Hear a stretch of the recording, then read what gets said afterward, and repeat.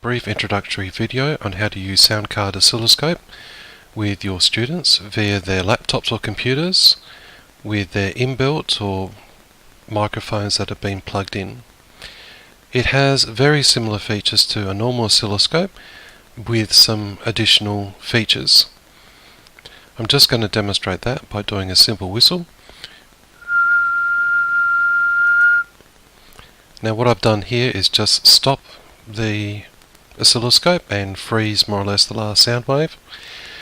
I can change the amplitude, so the voltage per division, which would be on a normal oscilloscope, and I also can change the time per division, which is also found on a normal oscilloscope, which is quite handy.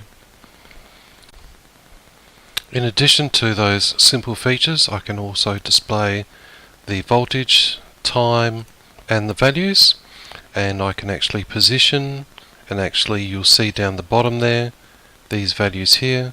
I can get amplitude, time periods, etc.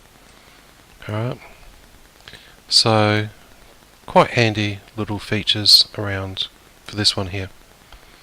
Also I can do XY graphs, so plotting the left and right channel together.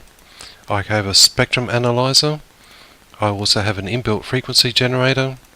I can actually do recordings and play them back and analyze, or if you want to load up a specific MP3 to generate a pattern. And I also can change some of my settings, update values, etc. if I'm an advanced user. I hope that's been a nice little introduction on how to use this software.